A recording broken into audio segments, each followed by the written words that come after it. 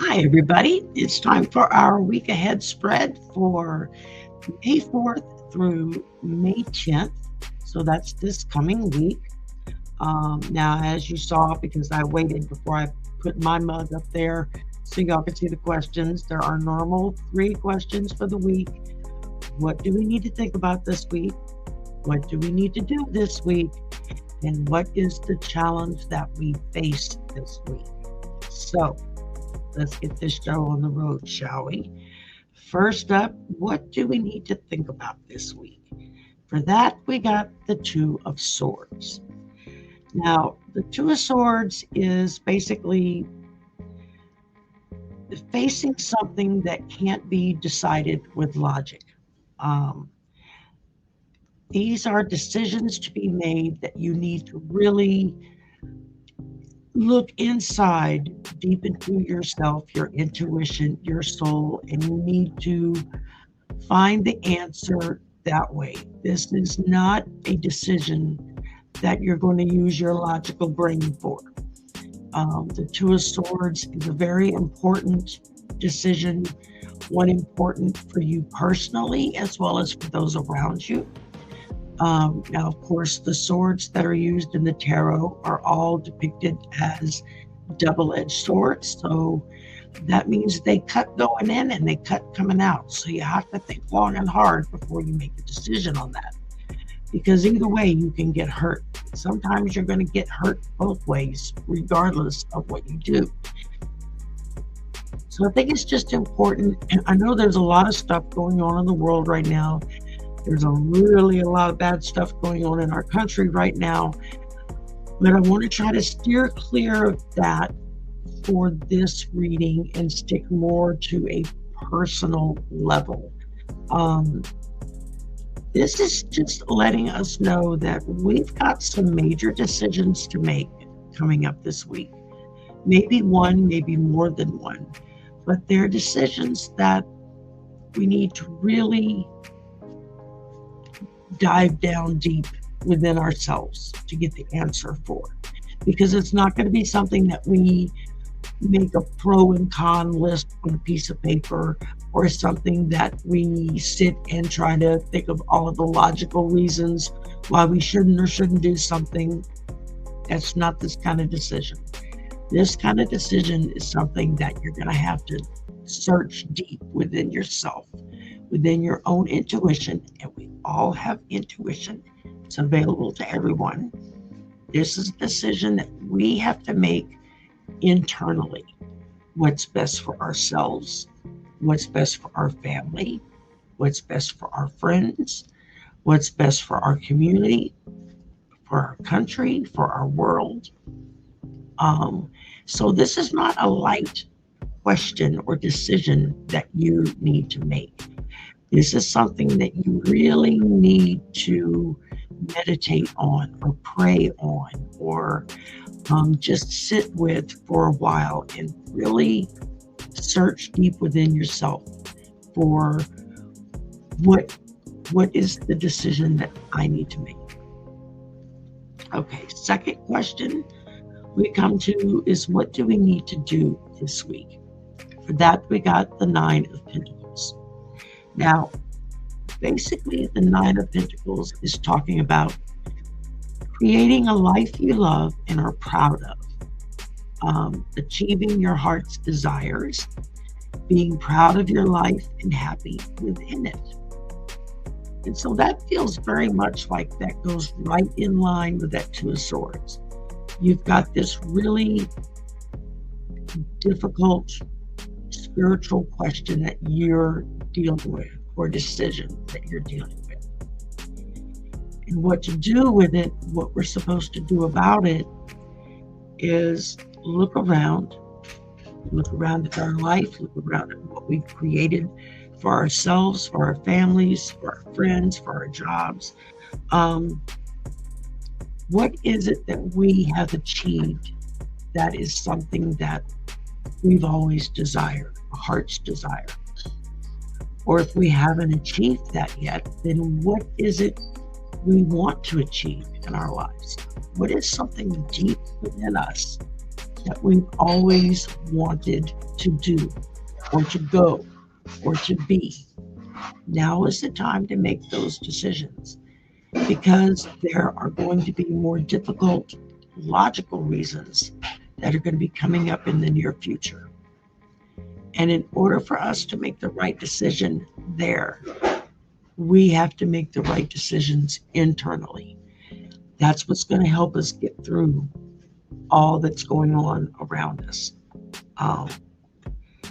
And you've worked hard. I mean, most of us have worked hard all of our lives. We should be proud of what we've done, proud of what we've achieved, even if we haven't achieved our heart's desire yet.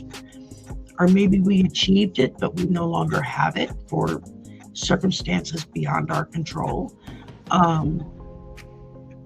There can be a lot of things that can block a sense of achievement. Sometimes it's making wrong choices. Sometimes it's things happening, like I said, beyond our control. Someone passes away, or someone moves away, or the company you work for closes and everyone loses their job. There are all kinds of things externally around us that can greatly affect what we do and how we do it when trying to deal with what's coming at us this coming week. And so what you've accomplished up to this point is something to be very proud of, something to be happy about, because you've done the best you can do with what you've had to work with up to this point. Now some decisions need to be made. And it's going to be a time of, again, not, hold on. Okay, sorry, had to stop. Had a kitty cat incident. Where was I?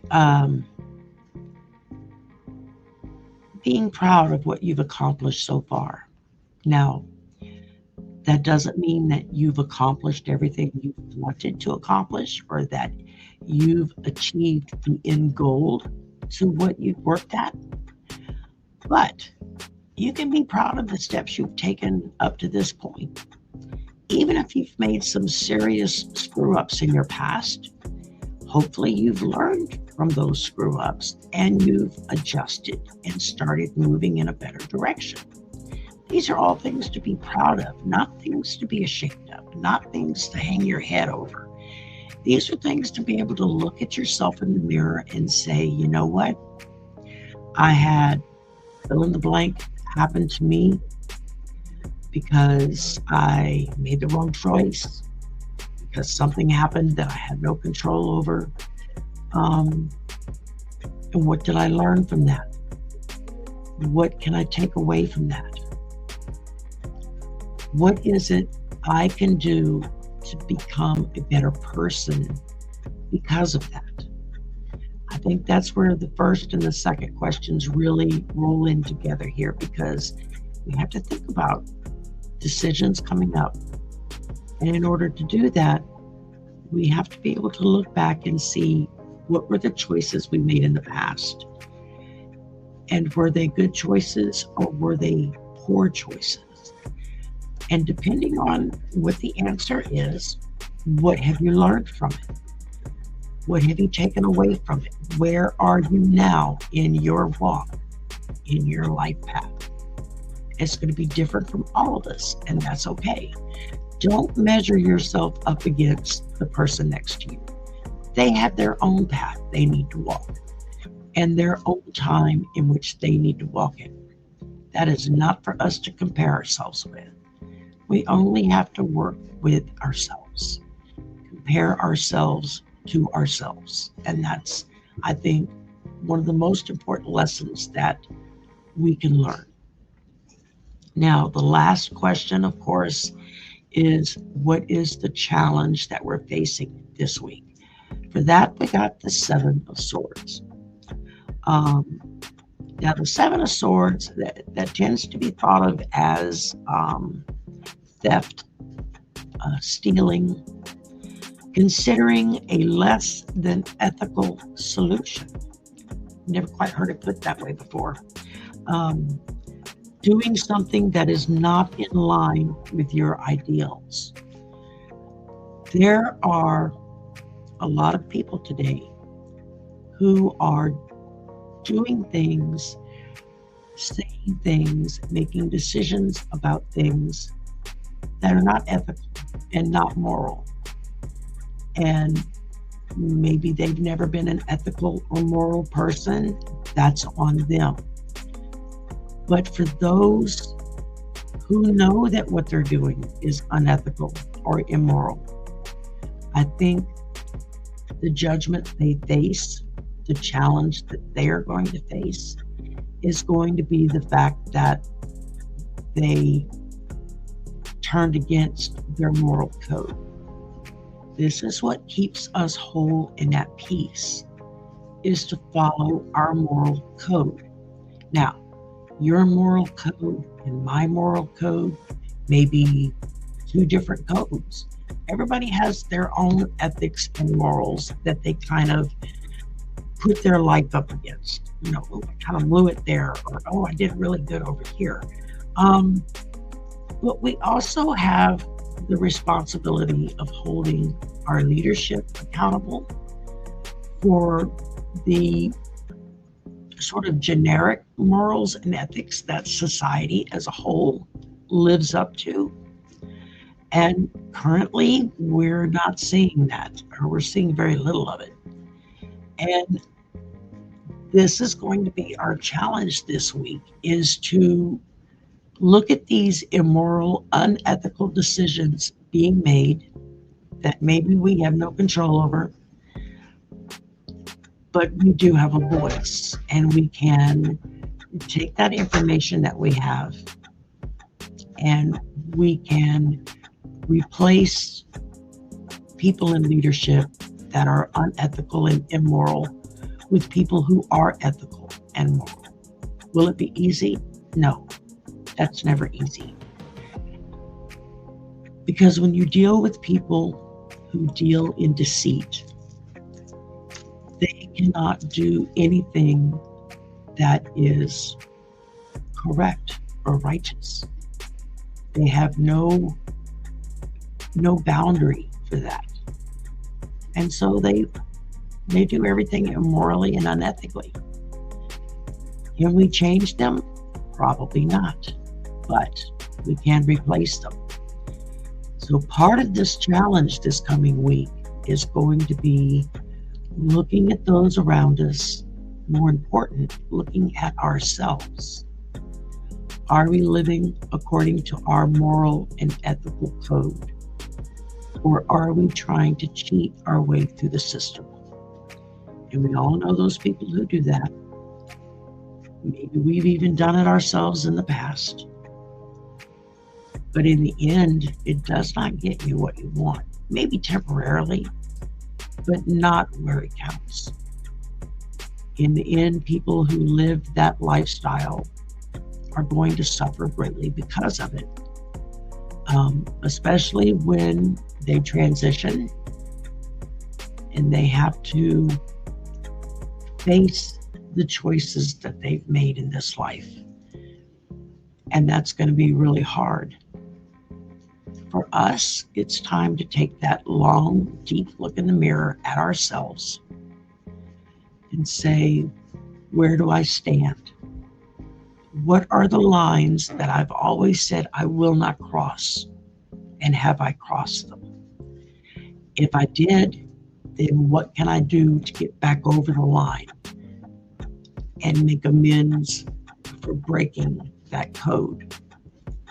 And like I said, it's going to be different for every person. I mean, there's basic codes that society as a whole tends to follow. Don't kill people, don't cheat people, don't lie about things. Unfortunately, we see a lot of people today who have literally taken all of those codes, stuffed them in the closet, and said, yeah, I don't need that. I can lie and cheat and steal my way out of anything, and I'll be rich and famous. Okay, and then what? You're rich and famous, And usually that means you're lonely, or that you're surrounded by people who don't give a flying flip about you, could care less what you care about, and are only out to get what they can get out of you. They're not there to help you build a dream. They're there to steal your dream. And so that's something we have to think about. And that's a challenge that we're going to have to start dealing with starting this coming week. It's not going to be easy, but I thoroughly believe that we can do it. I think we have enough people in this world who are moral, who are ethical, who have sat everything out and just kept waiting for everything to reset back to that moral and ethical world that we thought we lived in. And people are starting to come to the realization that because we didn't stand up and fight for it, it's just about gone, which makes our fight that much harder. But that's on all of us, not just one or two people. Whether if it's a global thing, a country-wide thing, a community thing, a work thing, a friends and family thing. We all know and understand the challenges of facing moral and ethical codes that we've broken, or that we've allowed other people to break and not been held accountable. And that's part of the choice, that's part of the challenge that faces us this week, is to face those choices, face that inaction, or face that wrong action that we've taken part in, and start doing something about it. It's not going to change overnight. It's going to take a long time sometimes, to clean up the mess around us. But I thoroughly think that we can do it. My guides have showed me that things within our world will get better. We just have to hang in there and keep fighting the good fight. Sometimes that's just within ourselves to stay on track. Sometimes it's dealing with those around us to help them stay on track. But we can't expect other people to follow our own internal code, because they have theirs. What you have to do is get people as a whole to follow the general code that we as a society have all agreed to live up to. And I think that when we start holding people accountable, making them stand up for what is right and what is wrong, then we're going to see some massive changes in our world, and it's going to make a huge difference. So it's going to be a rough week. There's some rough stuff coming up politically and worldwide that we're going to have to deal with and face. I'm not going to go into it now. That's for a different reading. But it all starts with us, our own challenge, our own personal ethical and moral code that we follow. That's our challenge. First, we have to fix ourselves. And as we do that, it becomes easier and easier to help those around us follow that path back to morality and ethics. So that's going to be a challenge, but I think we can face it. I think that we are all capable of facing it. It's just going to take work, and it's not going to be fixed overnight. It's going to take a long time to fix all the damage that's been done. But if we want to live in a moral and ethical universe, then we have to start within and start working our way out.